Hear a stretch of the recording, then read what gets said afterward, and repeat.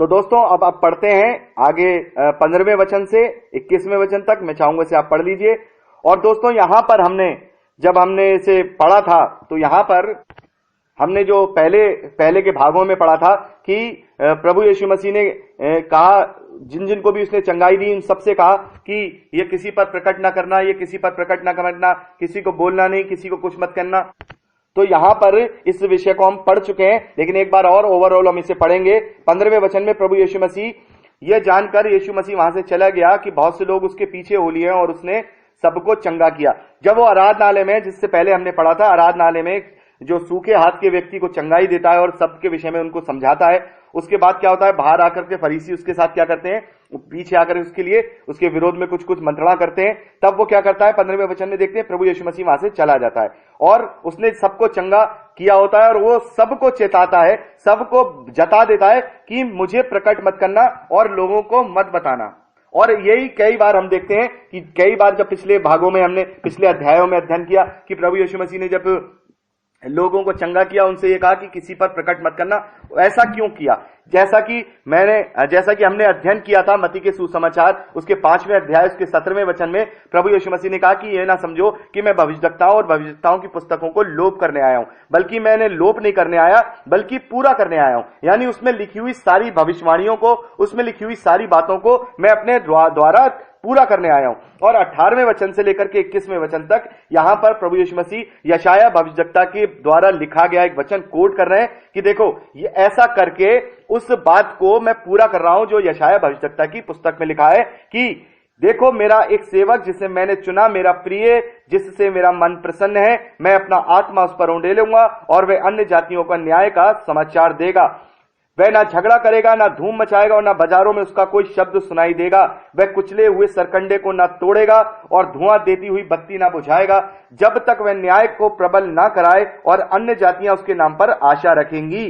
तो यहां पर जो है हम देखते हैं कि यशाया भविष्यवक्ता का जो वचन है प्रभु यीशु मसीह कोट कर रहे हैं कि वहां जो लिखा है 19वें वचन में, ना वो झगड़ा करेगा, ना धूम मचाएगा और ना बाजारों में उसका कोई शब्द सुनाई देगा। यानी प्रभु यीशु मसीह इस बात को प्रूव करने के लिए कि जो भी मैं चंगाइयां दे रहा हूं उसका मैं ढिंडोरा नहीं पीटूंगा, उसको मैं लोगों से नहीं कहूंगा देखो यहां चंगाई, क्योंकि परमेश्वर के कार्य का जो प्रचार होता है वो ऑटोमेटिकली आत्मा के द्वारा होता जाता है। सूरज को दिया दिखाने की जरूरत नहीं होती। तो ये जो वचन था, ये जो भविष्यवाणी थी प्रभु यीशु मसीह के रूप में पूरी होनी थी और प्रभु यीशु मसीह ने अपने रूप में इस भविष्यवाणी को भी पूरा किया।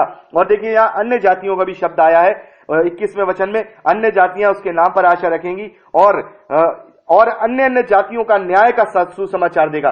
तो बहुत से लोग कहते हैं ना कि प्रभु यीशु मसीह तो केवल इजरायलियों के लिए आया था जो मसीही विरोधी होते हैं। तो यहां पर देखिए, यहां पर जो यशाया भविष्यवक्ता का जो वहां पर भविष्यवाणी प्रभु यीशु मसीह अपने लिए उसको इस्तेमाल कर रहे हैं, तो वहां पे अन्य जातियों के भी लिए सुसमाचार के प्रचार की बात कही जा रही है। और यह प्रभु यीशु मसीह के लिए है, क्योंकि प्रभु यीशु मसीह की जो सेवकाई है वो यहूदियों के बीच में है, लेकिन प्रभु यीशु मसीह का जो बलिदान है और जो प्रभु यीशु मसीह का पुनरुत्थान है वो समस्त मानव जाति के लिए है। और उसका जो सुसमाचार क्या होता है, सुसमाचार यह है कि वो हमारे लिए आया, हमारे लिए मरा, गाड़ा गया और तीसरे दिन जी उठा और बहुतों को जो है दिखाई दिया। यह सुसमाचार हम अन्य जातियों के लिए दिया गया ताकि इस सुसमाचार पर विश्वास करके हमारा उद्धार हो, हमारे पापों की क्षमा हो और हम प्रभु यीशु मसीह में अनंत जीवन को पा सकें। तो जो यहूदियों को जो वो सुसमाचार सुना रहे हैं वो मन फिराने का सुसमाचार सुनाते हैं, लेकिन अन्य जातियों को जो सुसमाचार है वो पुनरुत्थान का सुसमाचार जो पहला कुरिन्थियन हम 15वें अध्याय में देखते हैं वो सुसमाचार है। तो यहां प्रभु यीशु मसीह अन्य जातियों के लिए भी आए और ये बात उसने जितनी भी पवित्र शास्त्र में बातें लिखी हैं उसने अपने जीवन से उन सब बातों को पूरा किया है।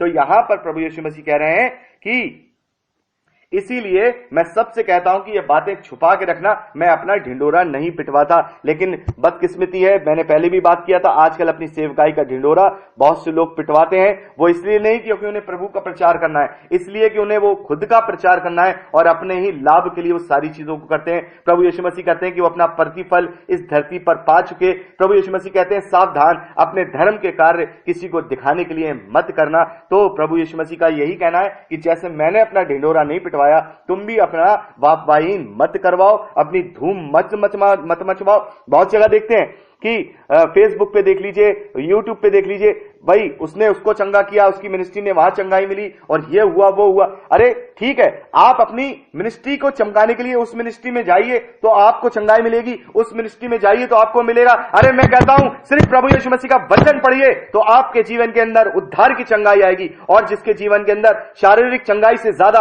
अगर उद्धार की चंगाई आ गई तो वो सही मायने में प्रभु यीशु मसीह की दुल्हन बन जाएगा, वो सही मायने में प्रभु यीशु मसीह की सच्ची कलीसिया बन जाएगा। इसलिए मैं कहता हूं किसी भी डिनोमिनेशन को नहीं, किसी भी पास्टर को नहीं, किसी भी फादर को नहीं, केवल प्रभु के वचन को पढ़ करके उसका विश्वास करना चाहिए, क्योंकि आत्मा स्वयं मुझे और आपको निरंतर करता है। हमारा सिखाने वाला कोई पास्टर नहीं, हमारा सिखाने वाला कोई मनुष्य नहीं, हमें सिखाने वाला एक पवित्र आत्मा दिया गया है। यूहन्ना के सुसमाचार में प्रभु यीशु मसीह ने कहा है कि वो तुम्हें सब बातें सिखाएगा और जो आज्ञाएं मैंने तुम्हें दी हैं उन्हें वो तुम्हें स्मरण कराएगा। तो पवित्र आत्मा हमें वो सारी बातों को स्मरण कराता है जो प्रभु यीशु मसीह ने अपने चेलों को बताई और उन्होंने इस सुसमाचार और पत्रियों के रूप में इस बाइबल में कोट किया है। तो यहां पर हमने देख लिया पूरा, हमने 21वें वचन तक इसको पढ़ लिया है। मत्ती का सुसमाचार 12वां अध्याय उसके पहले वचन से लेकर 21वें वचन तक का हमने अध्ययन कर लिया है।